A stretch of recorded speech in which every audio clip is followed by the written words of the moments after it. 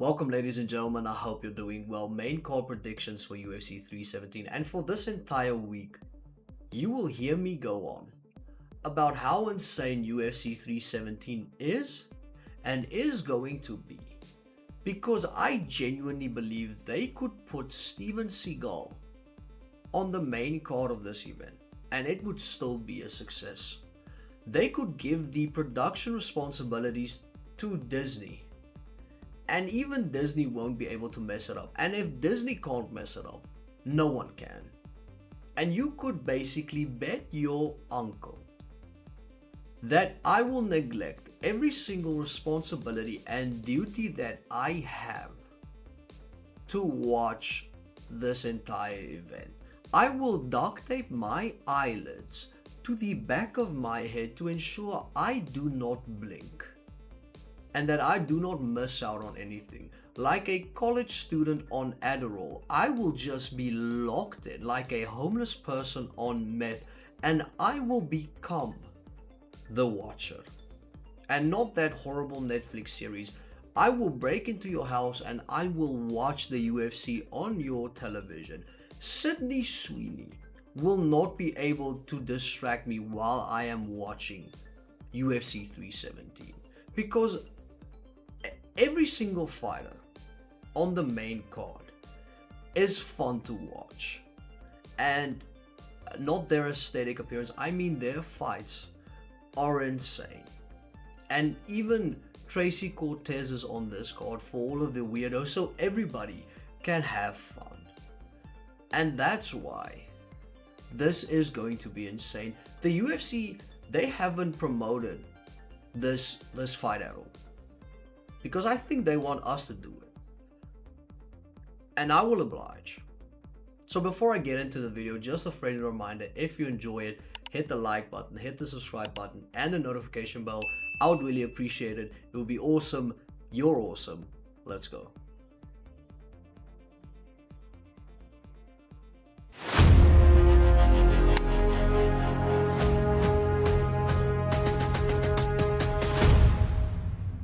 Now, if you're new to this series, 2 weeks ago, I decided that I will no longer analyze in depth each fighter and then base my prediction off of my analysis, my in-depth, cogent analysis. Because I tend to overanalyze and then I talk myself out of, predictions that I would have made had I not invest so much energy. Because sometimes less is more. And it couldn't have gone any worse when I decided this. Because on the Buckley and Usman card, I had 1 out of 6 that I predicted correctly. And that's obviously horrible. But then I said, okay, listen, let's just give it another shot. And then last weekend, UFC Azerbaijan, I had 5 out of 6 that I predicted correctly. So you never base your hypothesis off of one test. But this weekend is imperative. So yeah. Starting off this main card inside of the bantamweight division with Peyton Talbott. He's taking on Felipe Lima. Now Peyton is 3-1. Felipe Lima is 2-0 inside of the UFC. And I remember Felipe Lima, watching him against Muhammad Naimov, who fought last weekend. He looked insane. Muhammad Naimov is really, really good. I say Muhammad Naimov is better opposition than anything Peyton has fought. Well, Peyton fought Raoni. I'd say Raoni Barcelos is probably better than Muhammad Naimov, and he lost to Raoni Barcelos. Now, sure, in Felipe's last fight against Miles Johns, didn't look that impressive. He got the victory. Peyton Talbott looked really impressive starting his career with the KO victory over Cameron Simon, with the KO victory over Gamore. And the Raoni fight was concerning because Raoni basically just drowned him, wrestled him, and drowned him. And Felipe Lima wants to wrestle, wants to get the fight on the ground and submit his opponent. I'm picking Felipe Lima to win this fight. I think a lot of pressure is on Peyton Talbott because I think everybody knows the UFC potentially wants to make him a star because of everything that, his personality. Some people love that. And his fighting is insane. It is really fun to watch. It kind of has a O'Malley feel to it. It genuinely does. And I think a lot of pressure is going to be on him. I think Felipe Lima gets it done. I'm going to say second round submission. I really think Felipe Lima is that good. Moving on to the next fight, predictions for this fight inside of the lightweight division with Beneil Dariush taking on Renato Moicano. Now Beneil is 16-6 within the UFC. Renato is 12-6 within the UFC. So Beneil has a better record.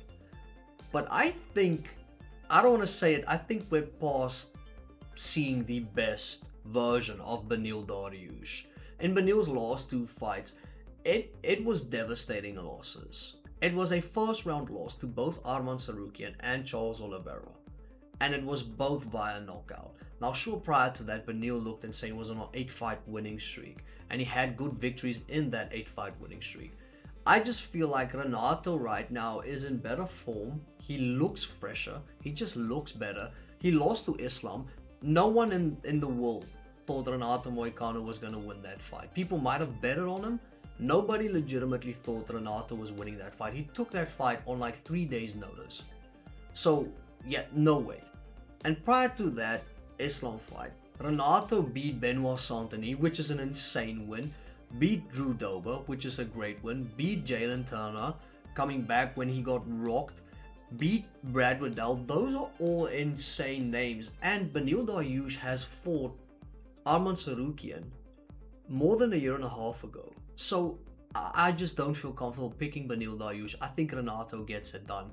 I think his striking might be a problem. His wrestling, I think, might also be a problem. He is genuinely good. Renato wins this fight. He just feels fresher. He looks better. I'm picking him to win this fight. Moving on to the next fight, flyweight division, Brandon Royval versus Joshua Van. Now, don't look at each fighter's record and be deceived, because records are misleading. Brandon Royval is 7-3 inside of the UFC. Joshua Van is 7-1 inside the UFC. So you would think, oh, Joshua Van is better? No, because Brandon Moreno and Alexandre Pantoja are the only people Brandon Royval has lost to within the UFC. And both Pantoja and Moreno will beat 99.9% of flyweights in the world. And that's Brandon Royval's losses. And Brandon Royval has fought Alexandre Pantoja for the flyweight belt. Joshua Van's loss was against Charles Johnson. Now, not disrespecting Joshua Van, but there is no way that I could pick Joshua Van to win this fight, because of the fact that he fought 3 weeks ago at UFC 316. Brandon Royval would have prepared better for this fight, would have been in camp, and he is, at this point in both men's careers, he is better. Brandon Royval is better. He is currently ranked number 1 on the flyweight rankings. And his last two wins against Tyra, against Brandon Moreno. Yeah. So he avenged this loss against Brandon Moreno. He beat Tatsuro Tyra.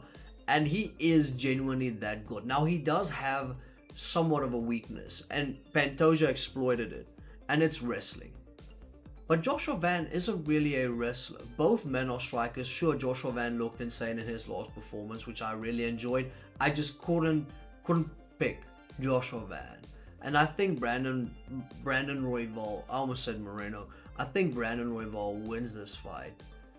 And he does it inside of 3 rounds. I don't think this fight's going the distance. I think it's maybe a TKO victory for Brandon Royval in the 3rd round. And even when that happens, and if that happens, I will still give a round of applause to Joshua Van for accepting this fight on 3 weeks after fighting at UFC 316. It's a win-win for Joshua Van. Either he wins metaphorically or he wins physically. But he wins. But Brandon Royval wins. And Brandon Royval wins via TKO 3rd round. Then moving on to the co-main event, flyweight championship on the line, Alexandre Pantoja versus Kai Kara-France. Now, Pantoja is 13-3 within the UFC. Kai Kara-France is 8-4 within the UFC. I have to pick Pantoja. Every sane person thinks Pantoja is going to win this fight. Now, you could probably bet on Kai Kara-France. If I had to tell you bet your life, you wouldn't touch Kai Kara-France. Because Alexandre Pantoja has looked inevitable within the UFC. In his last fight against Asakuro, beat him convincingly, beat Brandon Royval, beat Brandon Moreno. He's just looked on a different level. The pace that he pushes, the fact that he mixes it up, he doesn't get knocked out. He is as durable as they come, and his cardio is insane. Against Kai Kara-France, who obviously a lot of knockout power, and something that doesn't really translate within the flyweight division. They aren't big guys, so they don't necessarily have a lot of power. Kai Kara-France knocks people out, and you think it is insane because it is. But is he gonna knock out Alexandre Pantoja? No, he's not. And looking at Kai Kara-France and looking at his last fights, sure, the winner with Steve Usyk was insane, and I enjoyed watching that. No disrespect to Steve, but prior to that, fought Amir Albazi, lost. Prior to that, fought Brandon Moreno, lost. So I think it's more hype than actual. I don't want to say actual skill because he is insane, but I don't really think that what happened against Steve Usyk is happening against Brandon Royval, is happening against Brandon Moreno, is happening against Alexandre Pantoja. So I just think Pantoja will overwhelm Kai Kara-France. I think his wrestling will be too good. Yes, Kai Kara-France will be able to stand up. How many times will he be able to stand up? How many times before he is depleted? Because the more they wrestle, the more they engage in grappling exchanges, the more Kai Kara-France's gas tank will deplete, the more power he loses. The more explosive power he loses as he fatigues more. So I just think Pantoja, he's inevitable. He's so good at this point, and the pace, the striking as well. He could definitely clip Kai Kara-France and potentially ground and pound his way to victory. We saw that happen when Brandon Moreno fought Kai Kara-France. So that is a possibility as well. I just think Pantoja's too good. I won't be able to pick against him. I don't think that Pantoja is that good that he will be, be close to Demetrius Johnson one day. But I think he is the second best flyweight of all time. That's how good I think Alexandre Pantoja is. So I'm picking him to win. And I'm going to go for third or fourth round knockout or submission. It's going to be a stoppage win. Because Kai Kara-France won't be able to fight at that pace, which isn't sustainable, for 5 rounds for him. So I think stoppage victory for Alexandre Pantoja. Then moving on to the next fight, main event, lightweight division for the vacant lightweight championship of the UFC. Ilia Topuria versus Charles Oliveira. Now their records have nothing to do with this, seeing that Charles Oliveira basically has had 2 careers within the UFC, one as a featherweight, one as a lightweight. And lightweight Charles Oliveira is a scary individual. He could send your soul to the Father. However, featherweight Charles wasn't as good, and this fight is at lightweight. So Ilia Topuria is 8-0 within the UFC. Charles Oliveira is 23-10. 33 fights within the UFC. And if your initial thought was that is an ungodly amount, correct. But this fight has nothing to do with records.